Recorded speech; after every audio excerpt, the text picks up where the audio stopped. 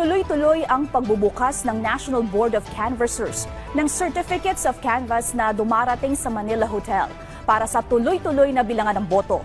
Sinisiguro naman ng COMELEC na malinis at tama ang ginagawa nilang pagbibilang. Ang detalye sa Balitang Pambansa ni Luisa Erispe ng PTV Manila Live. Luisa?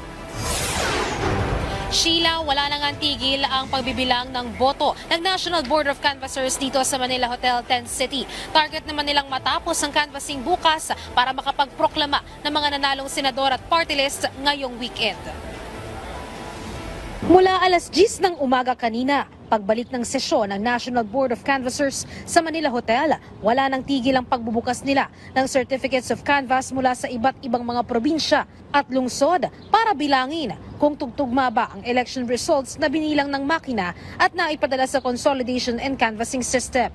Kahapon nga, unang araw pa lang ng bilangan, naka-58 COCs na agad ang binilang ng NBOC at ito ay pinagsamang overseas at local voting. At ngayong araw ay 100 namang COCs ang target nilang tapusin.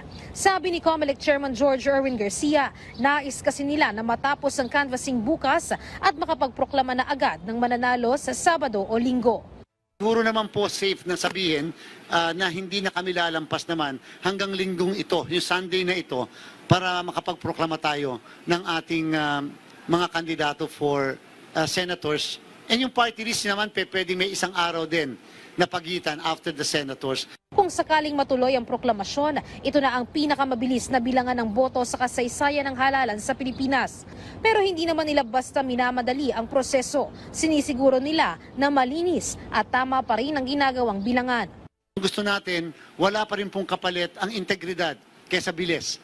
Mabilis nga pero hindi naman po pinagkakatiwalaan. Kinakailangan mabilis pero pinagkakatiwalaan. May ilan namang humihirit na simulan ng maaga sana ang proklamasyon para sa mga sure win umano sa eleksyon. Tulad ng isa sa nangunguna sa senatorial race na si Rodante Marculeta na sumulat pa sa COMELEC na sana payagan ng maproklama ang mga top ranking sa bilangan at hindi basta-basta makukwestiyon ang nakuhang boto. Pero ang sagot lang ng COMELEC dito, Nung pong may nakakaraang panahon, meron pong partial proclamation, ay para po sa atin, sabi nga po ng aming National Board, ang ating pong desisyon ay lahat na proklamasyon.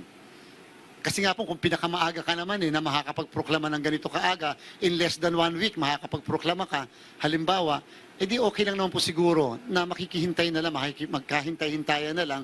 hindi pa naman maisasabay sa mismong Sabado ang proklamasyon sa mga mananalong party list organizations. Giit ng COMELEC, kailangan muna kasi nilang makuha ang kabuuang bilang ng mga bumoto para malaman ng mga party list na nakakuha ng 2% na boto. Sheila, sa huling tala ng National Board of Canvassers, umabot na sa 147 na nabuksan nilang COCs bago yan umabot ng alas 6 ng gabi kanina.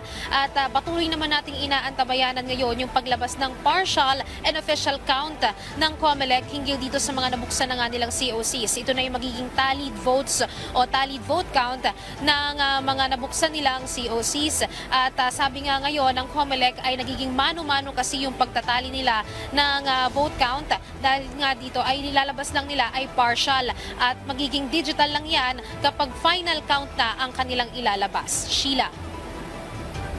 Maraming salamat, Luisa Erispe.